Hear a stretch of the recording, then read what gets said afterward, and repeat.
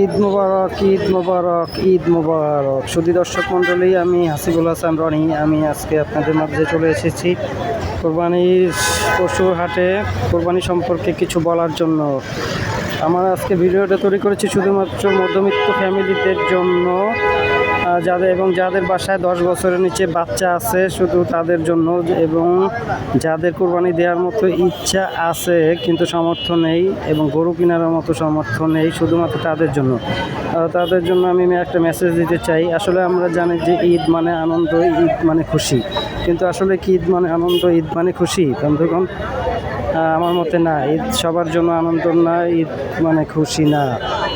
ঈদ মানে আনন্দ তাদের জন্য যারা বড় বড় গরু কিনতে পারে, একা একা কোরবানি দিতে পারে, তাদের বাচ্চা কাচ্চাদের জন্য তাদের খুশি। কিন্তু যারা গরু কিনতে পারে না, ছাগল কিনতে পারে না, তাদের জন্য এটা খুশির বিষয় না। দেখা যাচ্ছে পাশের বাড়ির লোকজন তারা কোরবানি দিচ্ছে, কিন্তু আপনার বাচ্চারা তখন জিজ্ঞেস করতেছে যে বাবা, আমি তো কোরবানি আমাদের কোরবানি গরু কোথায় বা ছাগল কোথায়? তখন আপনি কোনো উত্তর দিতে পারছেন না। তা শুধুমাত্র তাদের জন্যই আমি একটা কথা বলতে চাই যে আপনি তার বাচ্চাদের জন্য হলেও আপনাকে কোরবানি দিতে হবে। কোরবানি বলতে আপনাকে ছাগল, খাসি দিতে হবে, জবাই করতে হবে। আপনি একটা কাজ করতে পারেন, আপনারা গরু না কিনে অথবা ছাগল কোরবানি না দিয়ে, আপনারা দেখা যাচ্ছে যে কোরবানি না দিলেও আপনারা ঈদের দিনে 4 থেকে 5 কেজি আপনারা গরুর মাংস কিনতেছেন, কিন্তু 4 থেকে 5 কেজি গরুর মাংসের দাম তখন পড়ে যায় 5,000 টাকা। সেটা না করে আপনি যদি একটা ছাগল বা খাসি কিনেন 5 থেকে 6,000 টাকার মধ্যে, সেটা আপনি কোরবানি না দিয়ে দেখা গেল যে আপনার নিজে খাবার জন্য সেই ছাগলটা আপনারা কিনতে পারেন। কিনে যখন আশেপাশে সবাই যখন কোরবানি দিচ্ছে, তখন সেই সময় আপনি তাদের বাচ্চাদের সামনে এটা ছাগলটা জবাই দিবেন। তাদের বলবেন যে একটা নিয়ত থাকবে যে আমি ছাগলটা খাওয়ার জন্য জবাই দিচ্ছি, এবং আমার যদি সামর্থ্য হয় আমি সবাই আত্মীয়স্বজন নিয়ে খাওয়ার পর কিছু যদি সুযোগ হয় আমি গরিব লোকদের মাঝে কিছু বিলিয়ে দিব। এই উদ্দেশ্যে নিয়ে আপনি ছাগলটা কোরবানি না জবাইয়ের উদ্দেশ্যে দিবেন। তখন আপনি বা আপনার ছেলেমেয়েদের সন্তানদেরকেও দেখাইতে পারবেন যে না, আপনার বাসায় একটা জবাই দিচ্ছেন, আপনার একটা পশু ছাগল বা গরু আছে। তখন তারাও সান্ত্বনা পাবে, তারাও খুশি হবে।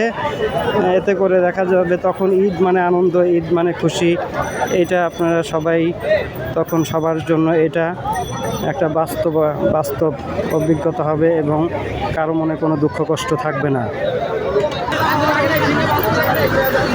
এবং আরেকটা জিনিস আমি বলতে চাই, এখানে আমি আরেকটা মেসেজ দিতে চাচ্ছি আপনাদেরকে, যে আমরা এতদিন যাবত আসলে জেনে এসেছি যে কোরবানি আপনি ভাগে জবাই দেওয়ার পরে গরুর মাংসটাকে আপনারা দেখা যাচ্ছে যে 3 ভাগ করেন, একটা আত্মীয় স্বজন, একটা গরিবদের জন্য, আর একটা দেখা যায় যে নিজের জন্য রাখা হয়। কিন্তু আসলে এটা কিন্তু আমাদের বাংলাদেশের মনে হয় নিজস্ব গড়া একটা কথা। এটা কিন্তু আপনি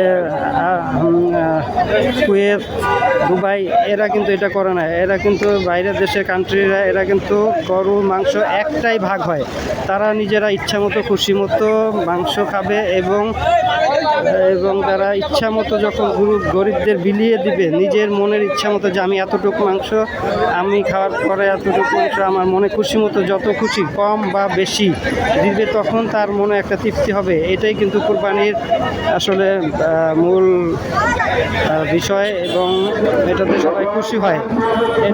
এটাই।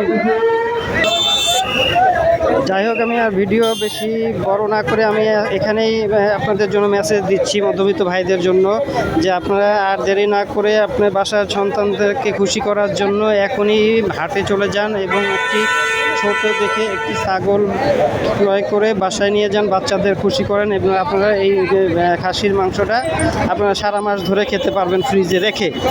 এই বলে আমি আপনাদের ভিডিও আজকের মতো এখানে শেষ করছি। সামনে নতুন কিছু আরও ভিডিও নিয়ে আপনাদের মাঝে আমি উপস্থিত হব।